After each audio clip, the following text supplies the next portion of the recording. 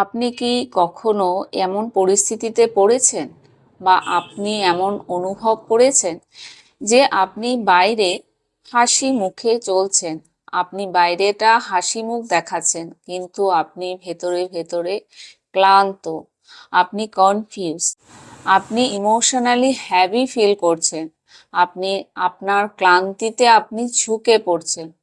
হয়তো আপনি অনেক চেষ্টা করেছেন পজিটিভ থাকতে, কিন্তু একই ফিয়ার, একই সেলফ ডাউট বা একই ধরনের অসুবিধা, একই ইমোশনাল পেইন আপনার কাছে বারবার ঘুরে আসছে। অনেক সময় আমরা ভাবি যে যদি আমি ভালো জব পেতাম, বা মানুষ যদি একটু আমাকে ভালো করে বুঝতো, বা যদি লাইফটা আরেকটু ইজিয়ার হয়ে যেত, তাহলে বোধহয় সব ঠিক হয়ে যেত। কিন্তু আসল সত্যিটা হলো, আসলে বাইরের এই পরিস্থিতির মূল কারণ হচ্ছে আমাদের ইন্টারনাল, আমাদের ভেতরে ভেতরে অবস্থিত কিছু আনরিজলভড ইমোশন, এবং আমাদের সাবকনসিয়াস প্যাটার্নই আমাদের বাইরের রূপটাকে প্রকাশ করে। আর এখান থেকেই শুরু হয় ইনার ওয়ার্কের জার্নি। তো আজকের ভিডিওতে আমরা জানবো ইনার ওয়ার্ক আসলে কি, কেন এটি এত গুরুত্বপূর্ণ, চাইল্ডহুড এক্সপিরিয়েন্স কিভাবে আমাদের মাইন্ডকে এফেক্ট করে, এবং কিভাবে ইনার হিলিং ধীরে ধীরে লাইফকে ট্রান্সফর্ম করতে সাহায্য করে। তো ভিডিওটি সম্পূর্ণ দেখুন, কারণ শেষে আমি একটি self deep inner healing practice দেখাবো। তো বন্ধুরা, চলুন আমরা ভিডিওটি শুরু করি। তার আগে আমি doctor Ranjana, reiki grandmaster Angel channel, আপনাদের জন্য আজকের এই বিশেষ ভিডিওটি। যদি আপনি প্রথমবার আজ আমার চ্যানেল ভিজিট করছেন, তাহলে অনুরোধ রইল চ্যানেলটিকে সাবস্ক্রাইব করে পাশে থাকা বেল আইকনটি অবশ্যই প্রেস করে দিবেন, যাতে এই চ্যানেলের নতুন নতুন ভিডিওর নোটিফিকেশন আপনার কাছে খুব সহজে চলে যেতে পারে। আর যারা অনেক দিন ধরে আমাকে ভালোবাসা দিয়ে যাচ্ছেন, আমার চ্যানেলের সদস্য হয়ে আছেন, তাদেরকে আমি আমার আন্তরিক ধন্যবাদ জ্ঞাপন করি। তো চলুন আমরা ভিডিওটি শুরু করি। তো প্রথম পয়েন্ট হচ্ছে ইনার ওয়ার্ক আসলে কি। ইনার ওয়ার্ক শুধুমাত্র পজিটিভ থিঙ্কিং নয়, এটি হলো আপনার ভেতরের ইমোশনাল ওয়ার্ল্ডকে বুঝতে শেখা। আমাদের প্রত্যেকের ভিতরে কিছু হিডেন বিলিভ থাকে, যেমন আমি যথেষ্ট ভালো নই, আমাকে সবাই ছেড়ে চলে যাবে, আমি ফেইলিওর, আমার দ্বারা কিচ্ছু হবে না, আমার কপালটাই খারাপ, আমার ভাগ্যটাই খারাপ, আমি ওয়ার্থলেস, আমাকে পারফেক্ট হতেই হবে। এই বিলিফগুলো অনেকটাই চাইল্ডহুড এক্সপিরিয়েন্স, শৈশবের কিছু অভিজ্ঞতা, পাস্টের কোনো পেইন, অতীতের কোনো ব্যথা বা রিপিটেড নেগেটিভ এক্সপিরিয়েন্স থেকে এই ধরনের মনোভাবের সৃষ্টি হয়। সমস্যা হলো, অনেক সময় আমরা বুঝতেই পারি না যে সাবকনসিয়াস বিলিফগুলো আমাদের লাইফকে ধীরে ধীরে কন্ট্রোল করছে। যেমন কেউ সম্পর্কে, রিলেশনশিপে খুব ইনসিকিউর ফিল করে, তার ভেতরে ভীষণ হতাশা হয়, সে অসুরক্ষিত, নিরাপদ অনুভব করে। আবার কেউ সব সময় অ্যাপ্রুভেল খোঁজে, আবার কেউ নিজের ইমোশন এক্সপ্রেস করতে ভয় পায়, আবার কেউ বাইরে স্ট্রং দেখালেও ভেতরে ভেতরে লোনলিনেস ক্যারি করে। ইনার ওয়ার্ক হলো সেই হিডেন লেয়ারগুলোকে ধীরে ধীরে আন্ডারস্ট্যান্ড করার প্রসেস। এটি আসলে নিজের ভিতরের পেইনের সাথে, ব্যথার সাথে অনেস্টলি ফেস করার জার্নি।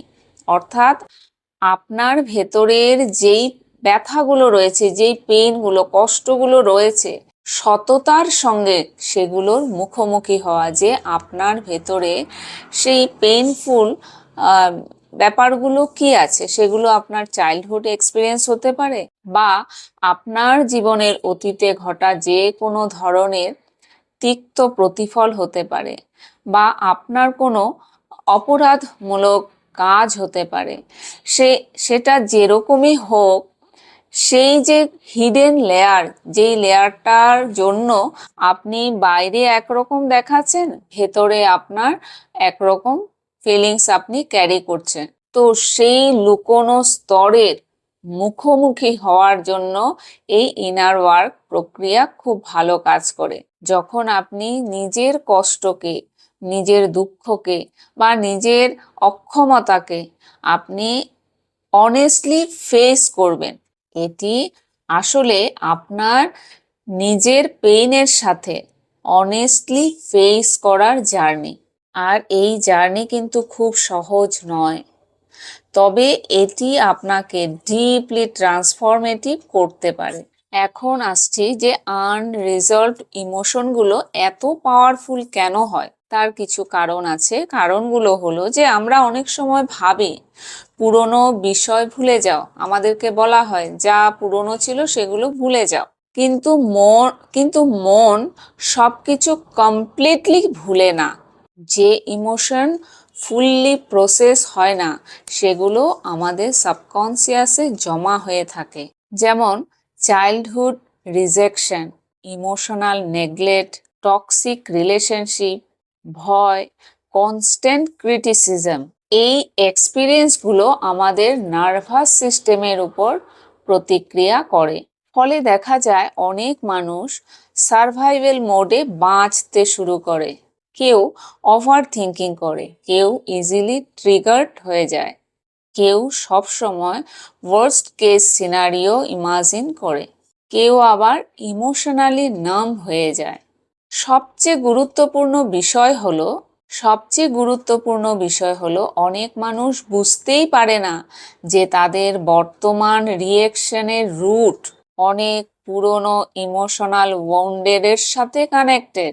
তাই এই কারণে শুধুমাত্র বাইরেটা পরিবর্তন করলেই কিন্তু শান্তি আসবে না, আপনাকে ভিতর থেকে পরিবর্তন করতে হবে, নিজেকে পরিবর্তন করতে হবে, তবেই আপনি বাইরেও শান্তি পাবেন। তাই ইনার হিলিং ছাড়া একই প্যাটার্ন আপনার কাছে ঘুরে ঘুরে আসবে।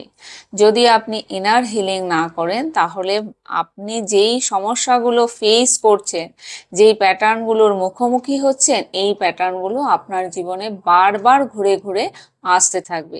যারা আপনারা এই ভিডিওতে কানেক্টেড ফিল করছেন, তারা কমেন্টে লিখুন কানেক্টেড। তো এবার আসছি যে এই ইনার হিলিং, ইনার ওয়ার্ক কিভাবে আমাদের লাইফকে চেঞ্জ করতে পারে। প্রথম পয়েন্ট হচ্ছে আপনি নিজেকে বুঝতে শুরু করেন।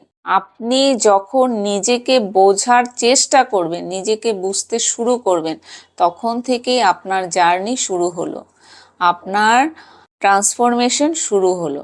যখন আপনি নিজের থট প্যাটার্ন অবজার্ভ করেন, তখন আপনি বুঝতে পারেন কোন সিচুয়েশন আপনাকে ইমোশনালি ট্রিগার করে। আর এই অ্যাওয়ারনেস ধীরে ধীরে ইমোশনাল কন্ট্রোল বাড়াতে সাহায্য করে। 2 নাম্বার, আপনি অটোমেটিক রিয়েকশন থেকে বের হতে পারেন। অনেক সময় রিয়েকশন সাবকনসিয়াস হ্যাবিট থেকে আসে, যেমন ইনস্ট্যান্টলি অ্যাংরি হয়ে যাওয়া, তৎক্ষণাৎ আপনি রেগে যান, সবকিছুকে পার্সোনালি নেওয়া, যে কোনো বিষয়ের মধ্যে আপনি সেই ঘটনাকে নিজের দিকে টেনে নেন, নিজের ভ্যালুকে কনস্ট্যান্টলি ডাউট করা, নিজের মূল্যকে আপনি সন্দেহ করেন, যেটা বললাম বা যেটা করলাম সেটা বোধহয় ঠিক নয়। ইনার ওয়ার্ক আসলে আপনাকে পজ করতে শেখায়, আপনাকে থামতে শেখায়, ফলে আপনি রিয়েকশনের বদলে কনসিয়াস রেসপন্স দিতে শেখেন। এরপর হচ্ছে সেলফ ওয়ার্থ ইমপ্রুভ হতে শুরু করে। যখন আপনি নিজের ভেতরের কষ্টকে, পেইনকে বুঝতে শুরু করেন, তখন আপনার নিজের প্রতি কম্প্যাশন বাড়ে। আপনি তখন বুঝতে পারেন নিজেকে কনস্ট্যান্টলি ক্রিটিসাইজ করলে কিন্তু হিলিং হয় না, নিজেকে অ্যাকসেপ্ট করাও কিন্তু গ্রোথেরই অংশ, হিলিংয়েরই অংশ।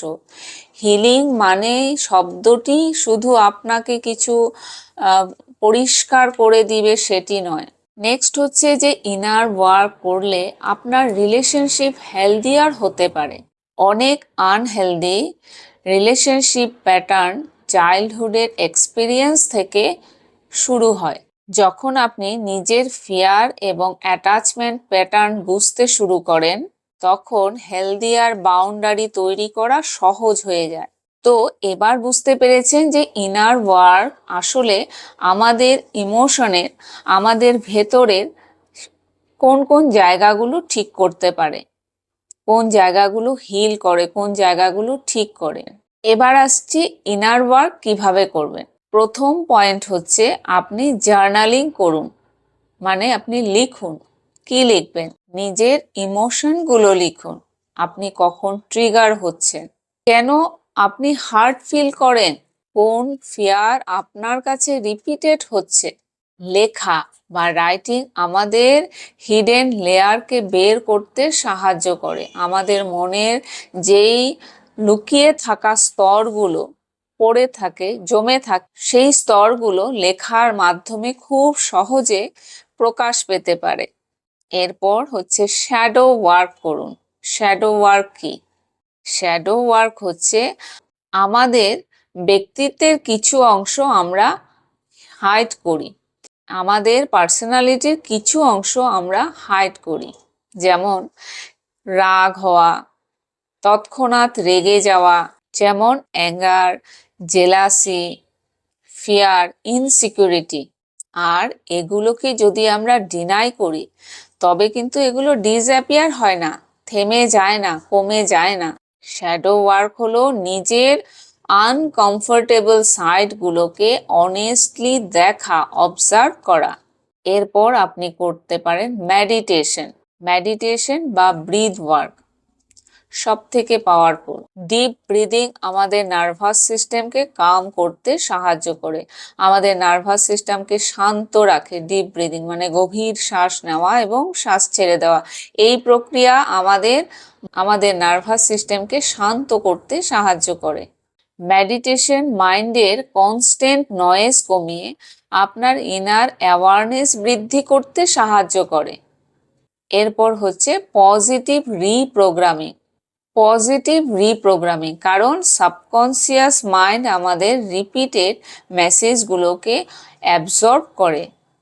তাই কনসিয়াসলি যদি আমরা নতুন বিলিফ প্র্যাকটিস করি, তাহলে আমাদের সাবকনসিয়াস সেটি গ্রহণ করবে, অ্যাবজর্ব করবে, আর এটি সাহায্য করতে পারে। যেমন আমি যথেষ্ট, আমি সেফ, আমি হিলিং ডিজার্ভ করি। এই শব্দগুলো যদি আমরা বারবার রিপিট করি, তো আমাদের সাবকনসিয়াস মাইন্ড সেটিকে গ্রহণ করবে। আর রিয়েল লাইফে যা ঘটে তার শেকড় আমাদের সাবকনসিয়াসেই থাকে। তাই সাবকনসিয়াসকে যদি আমরা পজিটিভ বিলিফ দিয়ে রিপিটেডলি প্রোগ্রাম করি, তাহলে এই ক্ষেত্রে আমরা অনেক বেশি সাহায্য পেতে পারি। এবার আসছি ডিপ ইনার হিলিং প্র্যাকটিস। আজ রাতে এই প্র্যাকটিস ট্রাই করুন। ঘরের লাইট একটু ডিম করে দিন, শান্তভাবে বসুন, চোখ বন্ধ করে ধীরে ধীরে গভীর শ্বাস নিন এবং নাক দিয়ে শ্বাস ছেড়ে দিন। এবার কল্পনা করুন আপনার ভেতরের ছোট্ট ভার্সন, মানে আপনি নিজেকে, নিজের ছোট ভার্সনকে আপনি কল্পনায় দেখুন। কল্পনায় সেই ছোট্ট আমিকে দেখুন, যে হয়তো অনেক ভয়, অনেক দুঃখ বা অনেক একাকিত্ব বহন করেছে। সে আপনার সামনে দাঁড়িয়ে আছে। এবার তাকে মেন্টালি বলুন, আমি তোমাকে ইগনোর করব না, আমি তোমার পেইন অনুভব করছি, তুমি একা নও, আমি তোমাকে অ্যাকসেপ্ট করছি। এরপর হার্ট চক্রে, হৃদয়ের উপর হাত রেখে ডিপ ব্রিদিং করুন, গভীর শ্বাস নিন। এই ছোট্ট প্র্যাকটিস আপনার সেলফ কম্প্যাশনকে ডেভেলপ করতে সাহায্য করবে। মনে রাখবেন, ইনার ওয়ার্ক কিন্তু ইনস্ট্যান্টলি পারফেক্ট হয়ে যাওয়া নয়, এটি একটি জার্নি। এটি হলো ধীরে ধীরে নিজের ভেতরের সত্যকে জানার প্রক্রিয়া, তার মুখোমুখি হওয়ার প্রক্রিয়া। এই হিলিং কিন্তু একটি প্রক্রিয়া যেটি আপনাকে কিছুদিন স্ট্রং ফিল করাবে, আবার কিছুদিন ইমোশনালি হ্যাভি ফিল করতে পারেন। কিন্তু প্রতিটি অ্যাওয়ারনেস, প্রতিটি অনেস্ট সেলফ রিফ্লেকশন আপনাকে নিজের ক্লোজার ভার্সনের দিকে নিয়ে যায়। সবচেয়ে পাওয়ারফুল রিলেশনশিপ হলো নিজের সঙ্গে নিজের সম্পর্ক। আর যখন ভিতরে হিলিং শুরু হয়, তখন ধীরে ধীরে বাইরের জীবনেও পরিবর্তন হতে শুরু করে। ভিডিওটি ভালো লাগলে লাইক, কমেন্ট এবং শেয়ার করুন। কমেন্টে লিখুন, আমি আমার হিলিং জার্নি শুরু করেছি। তো বন্ধুরা, ভালো থাকুন, সুস্থ থাকুন, সকলের মঙ্গল হোক। ধন্যবাদ।